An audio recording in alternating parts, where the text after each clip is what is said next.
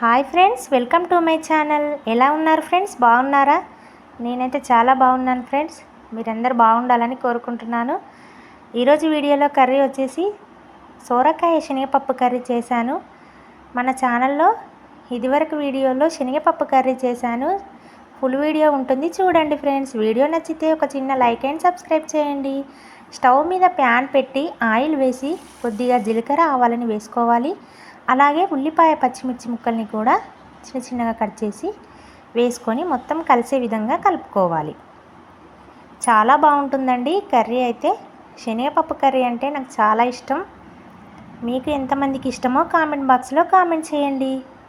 నేను చేసిన విధంగా మీరు కూడా ట్రై చేసి ఎలా ఉందో కామెంట్ చేయండి. ఇందులోకి కరివేపాకుని కూడా వేసుకోవాలి. ఎప్పుడైనా సరే పప్పులోకి కరివేపాకునైతే వేస్తాం కదా. ఉల్లిపాయ పచ్చిమిర్చి కొద్దిగా ఫ్రై అయిన తర్వాత అల్లం వెల్లుల్లి పేస్ట్ కూడా వేసుకోవాలి. అల్లం వాడడం వల్ల హెల్త్కి మంచిది కదా. కొందరు అల్లం వెల్లుల్లిపాయలని పేస్ట్ అయితే వేసుకోరు, కానీ అల్లం వెల్లుల్లి పేస్ట్ అయితే యూజ్ చేయాలండి. కర్రీ టేస్ట్ కూడా ఉంటుంది. ఇందులోకి సరిపడా పసుపునైతే వేసుకొని ఒకసారి కలుపుకోవాలి.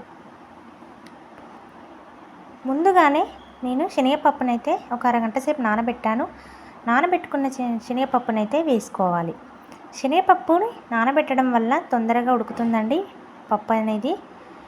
శనగపప్పు వేసాను, సోరకాయ ముక్కలు ఇవి అనుకుంటున్నారా?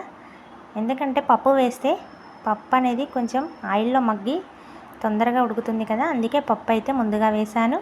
ఇందులోకి ఇప్పుడు సోరకాయ ముక్కల్ని కూడా వేసుకోవాలి.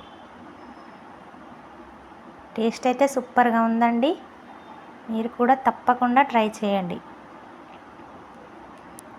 ఇలా ఆయిల్లోనే ఒక 5-10 నిమిషాల పాటు మగ్గించుకోవాలి మూత పెట్టి.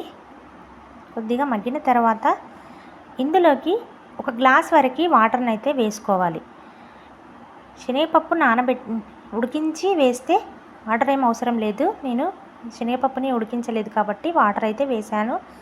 వాటర్ వేసి ఇలా సోరకాయ ముక్కలు పప్పు అయితే ఉడికిన తర్వాత కారం పొడి అలాగే సాల్ట్ అయితే వేసుకోవాలి. వేసుకొని మరొక 5-10 నిమిషాల పాటు మళ్ళీ ఇలా కూరనైతే ఉడికించుకోవాలి. ఇందులోకి ధనియాల పౌడర్ని అయితే వేసాను. లాస్ట్లో కొత్తిమీరను కూడా వేసుకోవాలి. అంతే అండి. మీరు కూడా ఇలాగే చేస్తారా ఫ్రెండ్స్? ఇంకా వేరే విధంగా చేస్తారా? కర్రీ వచ్చేసి అందరికీ ఒకే రకంగా కుదరదు కదా, ఒక్కొక్కరికి ఒక్కొక్క రకంగా ఉంటుంది టేస్ట్ అనేది. సింపుల్గా సోరకాయ శనగపప్పు కర్రీ అయితే రెడీ. వీడియో నచ్చితే చివరి వరకు చూడండి ఫ్రెండ్స్. లేదంటే ఇలా చూడండి ఎంత బాగుందో కర్రీ వచ్చేసి. అంతే అండి, సోరకాయ శనగపప్పు కర్రీ రెడీ.